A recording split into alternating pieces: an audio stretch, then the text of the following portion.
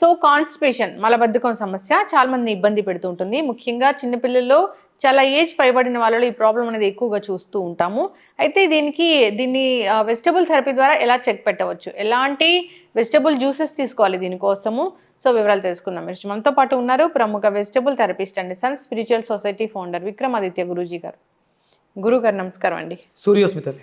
గురూజీ జనరల్‌గానే ఈ constipation issue చిన్నపిల్లల్లో, పెద్దవాళ్ళలో అంటే ఏజ్ పైబడిన వాళ్ళలో ఎక్కువగా ఉంటుందని వింటూ ఉంటాము. ఎందుకు గురువుగారు అసలు? చిన్నపిల్లలు పెద్ద పిల్లలు ఏమీ లేదమ్మా. 130 కోట్ల మంది జనాభా. ఒక 10 కోట్ల మందికి తక్కువ ఉండొచ్చేమో కానీ మిగతా 120 కోట్ల మంది కూడా సఫర్ అవుతున్నటువంటి మేజర్ ఇష్యూ. అంటే ఇక్కడే మనిషి యొక్క జీవన విధానం ప్రారంభమైపోతుంది. మిగతా ప్రాబ్లమ్స్ అన్నిటికీ కూడా ఇది ఒక రిసీవర్, సోలార్ ప్యానల్ లాగా సన్ తీసుకునే ఎనర్జీ ఇచ్చేలాగా ఇది ఒక మెయిన్. ఇక్కడ ప్రధానమైనటువంటిది మీరు మలం బద్ధకం అన్నారు. బద్ధకం మలబద్ధకానికి కారణం అవుతుంది. మనిషి యొక్క బద్ధకం, పోస్ట్పోన్మెంట్ మెంటాలిటీ దీనికి ప్రధానమైనటువంటి కారణం. ఇంకా దీనివల్ల వచ్చే కాంప్లికేషన్స్ మీరు ఒకసారి ఆలోచించి చెప్పండి ఏమొస్తాయి. లేజీ ఎలిమినేషన్ కదా మలబద్ధకం అంటే. Lazy elimination. మన శరీరం ఒక వ్యవస్థ మీద, ఈ వ్యవస్థ ఒక సిస్టమ్ మీద ఆధారపడి ఉంది. 12 రకాల సిస్టమ్స్ మన శరీరంలో. మొట్టమొదటిది డైజెషన్ సిస్టమ్, ఇంటేక్, అండ్ అది సర్క్యులేటరీ సిస్టమ్తో ఎండ్ అవుతుంది. 12 సిస్టమ్స్ వీటి మీద ఉంది జీవితం మొత్తం. మీరు ఎన్ని రకాలు మాట్లాడండి, ఎన్ని రకాల ఫుడ్స్ చెప్పండి, ఎన్ని రకాల విధానాలు చెప్పండి, ఈ 12కి సంబంధించే ఉంటుంది. ఇక్కడ ఈ మలబద్ధకం అనేది మనిషిని అతాకుతలం చేసేస్తుంది, సర్వనాశనం చేసేస్తుంది.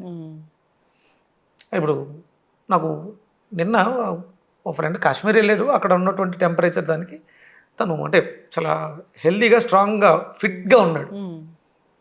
మరి బాగుండాలి కదా, హ్యాపీగా ఉండాలి కదా, ఎంజాయ్ చేయలేకపోతున్నారు. తనలో ఏదో ఒక అసమతుల్యత, మంచి స్ట్రాంగ్గా పొంగినట్టు కనిపెడుతుంది. నాకు చెప్పిన వెంటనే అంటే మన ములక్క ట్రై చేసాడు, మోషన్ అయింది, బాగుంది, కమ్ముడు.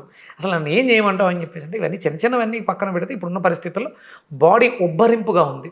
అంటే ఎక్కడికక్కడ వేస్ట్ పేరుకుపోయి ఉండడం వల్ల ఉబ్బరింపుగా ఉంది. నేను వెంటనే ఆవుదాన్ని తీసేసుకో, క్యాస్టర్ ఆయిల్ అని చెప్పాను.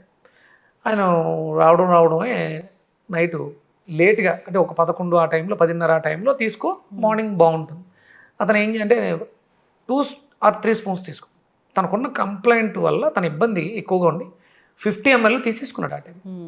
మిడ్ నైట్లో శుభ్రంగా ఒక 4-5 మోషన్స్ అయిపోయి ఆ బాడీలో ఉన్న బ్లోటింగ్ అంతా కూడా క్లియర్ అయిపోయింది.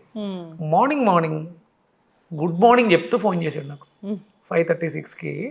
చాలా హ్యాపీగా, అసలు ఎంత ఫ్రీగా ఉన్నాను, ఎంత హ్యాపీగా ఉన్నాను అంటే కాశ్మీర్లో ఉన్న వాతావరణాన్ని ఎంజాయ్ చేయలేకపోయాను. హైదరాబాద్ వచ్చేసిన తర్వాత పొద్దుట శుభోదయాన్ని హ్యాపీగా ఎంజాయ్ చేస్తున్నాను. లైట్గా ఉంది, లీన్గా ఉంది, శుభ్రంగా ఉన్నాను. అంటే ఉన్న అందాలని కూడా ఆస్వాదించలేవు మలబద్ధకం ఉంటే. మీకు చాలా చూడండి, ఓసిడి పేషెంట్స్ ఉంటారు. దానికి ప్రధానమైనటువంటి కారణం ఇక్కడ నుంచే ఇరిటేషను. సహజంగా ఓసిడి ఉన్న వాళ్ళకి ఈ కాన్స్టిపేషన్ అనే సమస్య, అగ్రెసివ్నెస్, వాళ్ళు ఏం మాట్లాడుతున్నారు, ఏం చేస్తున్నారు, అది ఏమీ తెలియదు. దీనికి ప్రధానమైనటువంటి కారణం మలబద్ధకమే. ఓసిడి ఉంది అంటే వాళ్ళు నేను బాగానే తింటున్నాను, నేను బాగానే వెళ్తున్నాను. ఒక మనిషి ఉదయం సాయంత్రం 2 పూట్ల మల విసర్జన చేస్తే ఆరోగ్యంగా ఉన్నట్లు లెక్క. కంపల్సరీ 2 times మల విసర్జన చెయ్యాలి. లేదు అతను చేస్తున్న పని, అతను తింటున్న ఆహారాన్ని బట్టి 3 సార్లు అనేది ద బెస్ట్. అంటే మరి ఆఫీసుల్లో ఉంటాం, ఎట్లా కుదురుద్ది? కుదరాలి, కుదిరించుకోవాలి. దీన్ని మనం బద్ధకించామా, మలబద్ధకంలో పడ్డామా, జీవితం సర్వనాశనం అయిపోతుంది. దీన్ని మార్చే, మీరు లాక్సేటివ్ బయట నుంచి ఎన్ని తీసుకున్నా సహజంగా శరీరంలో తత్వం ఉండాలి. ఫిషరీస్ దీనివల్ల వస్తాయి. మలబద్ధకం నుంచే పిస్టులా, ఫిషరీస్, పైల్స్, ఇవన్నీ ఒకదాని తర్వాత కాంప్లికేషన్స్ వచ్చి జీవితం నరకం. మీ దగ్గర కోట్లున్నా, మీ ఎదురుగుండా పంచభక్ష పరమాన్నాలు వండి పెట్టినా చూస్తూ ఏడుస్తూ ఉండాలి తప్ప తినలేము. అందుకని బద్ధకాన్ని విడిచిపెట్టండి, మలబద్ధకాన్ని జయించండి.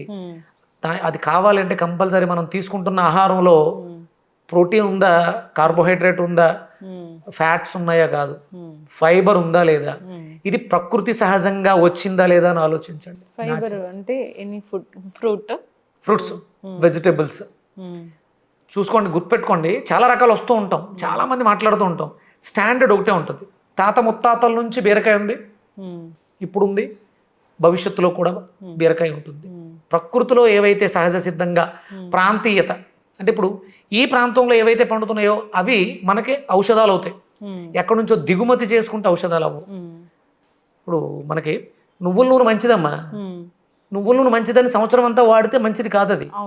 ఆ సీజన్ ఇప్పుడు ఈ సీజన్ శీతాకాలం నువ్వుల నూనె వాడాలి, ఎండాకాలం వేరుశెనగ నూనె వాడాలి. ఇది ఆంధ్రప్రదేశ్ తెలంగాణలో.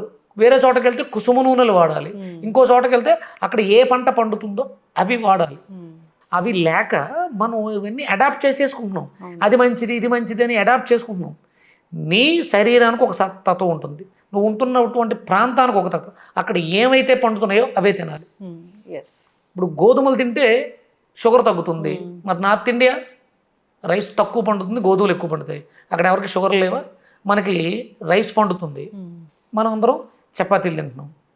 ఇక్కడ ఏవైతే పండుతాయో పండించగలం, మారుతూ ఉంటాయి, ఋతువులు మారుతూ ఉంటాయి, ప్రాంతాలు మారుతుంటాయి. దానికి తగ్గట్టుగా మన ప్రాంతాల్లో ఏవైతే పండుతున్నాయో వాటిల్ని విరివిగా తినాలి.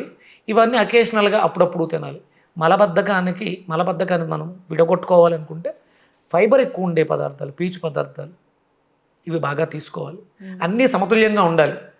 ప్రోటీనే ఎక్కువ తీసేసుకుంటే మిగతావి, ఫ్యాట్స్ ఎక్కువ తీసేసుకుంటే మిగతావి, కార్బోహైడ్రేట్స్ ఎక్కువ తీసుకుంటే ఇవన్నీ సమపాలల్లో ఉన్నప్పుడు జీవితం సాఫీగా హ్యాపీగా ఉంటుంది.